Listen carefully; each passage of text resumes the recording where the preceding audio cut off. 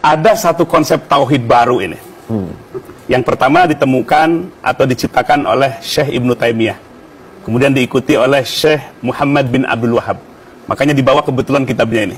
Kitabnya Syarah Kitab Kashfi Asy-Syubuhat. Ditulis oleh Syekh Muhammad bin Abdul Wahab rahimahullah. Pengarangnya langsung. Langsung pengarangnya, jangan katanya-katanya. Kalau kata-katanya nggak bisa dipertanggungjawabkan. Perhatikan. Ia membagi tauhid itu dalam 3. Taksimu tauhid. Pertama tauhid rububiyah, Rabb itu Tuhan. Mentauhidkan Allah lah Tuhan yang satu, sang pencipta, sang pemelihara. 2. Tauhid uluhiyah. Artinya Allah lah yang berhak diibadahi. Ketiga, tauhid asma wa sifati, mentauhidkan Allah dari sisi nama dan sifat-sifatnya hanya milik Allah.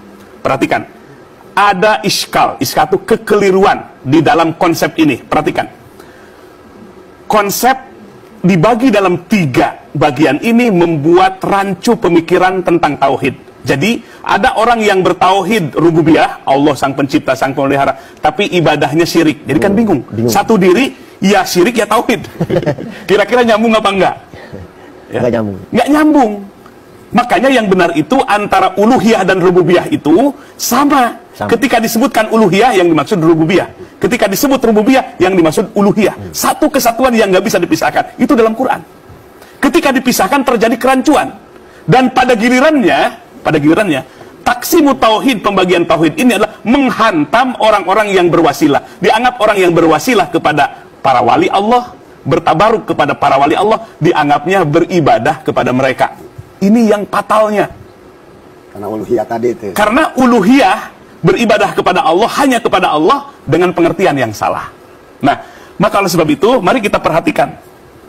Disebutkan dalam kitab ini ada 2 musyrik. Ada musyrik yang awal, yaitu dulu di masa Nabi. Ada Abu Jahal, ada Abu Lahab, itu sponsornya itu. Tokoh-tokoh musyrikun. Ada yang kedua, musyrikun mutaakhirun. Orang-orang musyrik yang akhir itu apa?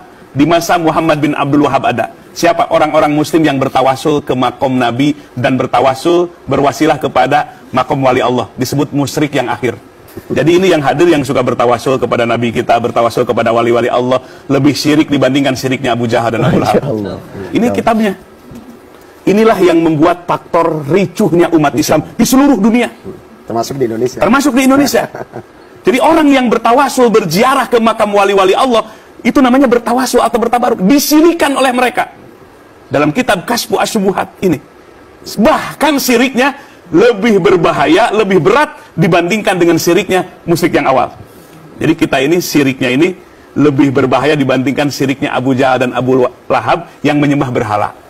Karena kita dianggapnya menyembah wali-wali Allah dengan berziarah kepada mereka. Nah ini contoh kitab terjadi iskal. Iskal itu kekeliruan, kerancuan pemikiran dalam bab tauhid. Akhirnya mengkafirkan, memusyrikan, membid'ahkan kepada amalan-amalan kaum muslimin. Maka oleh sebab itu ini yang belajar bertawasul, kita jangan gulu berlebih-lebihan. Gulu itu begini, dulu di zaman para nabi pun, itu berhala-berhala itu nama-namanya, itu adalah nama orang-orang soleh. Kemudian gulu itu berlebihan. Yang tadinya hamba, gulu berubah jadi Tuhan. Itu gulu namanya. Asalnya hamba-hamba Allah yang dihormat-hormat, kemudian gulu berlebih jadi Tuhan, jadi ilah. Itu namanya gulu. Kalau kita mencintai Nabi, selebih-lebihnya mencintai Nabi, sehebat apapun mencintai Nabi dan menghormati Nabi, sepanjang dalam kalbu kita, Nabi adalah hamba Allah. Tidak gulu namanya. Quran pun memberikan penghormatan kepada Nabi. Inna wa ma arsalnaka illa rahmatan lil alamin. Mana kalimat yang lebih tinggi? Kami tidak utus engkau Muhammad kecuali menjadi rahmat kasih sayang bagi seluruh alam. Alam itu semua makhluk. Hebat nggak pujian Allah kepada Nabi kita? Kita sebagai hambanya belum secuil pun menghormati Nabi. Dan tentu akidah kita tidak akan berubah. Cinta kepada Nabi tidak akan berubah. Nabi menjadi Tuhan. Nah, jadi itu akidah namanya. Nah, maka orang yang bertawasul, bertabaruk, kita mintanya kepada Allah, menyertakan orang-orang yang memiliki wajah, yang memiliki kehormatan di hadapan Allah. Sebab Allah pun menyebut Nabi Isa, Nabi Musa memiliki wajihan kemuliaan di sisi Allah. Nah, kita bertabaruk dengan mereka, bertawasul dengan mereka. Jadi ini namanya bab wasilah. Nah, maka sebab itu nih kita berhati-hati jangan sampai ya Allah mengkafirkan, memusyrikan kepada orang yang bertawasul, kepada orang yang berziarah ke kubur. Makanya jangan sampai ini ada juga orang yang berlebih-lebihan begini. Ziarah ke makam wali anu. kata kuncennya, kalau bawa tanah ini, dulu wali ini katanya ini tempat penyimpanan berasnya para wali. Kalau dibawa tanah ini, Jadi beras. nanti di rumah berasnya jadi banyak.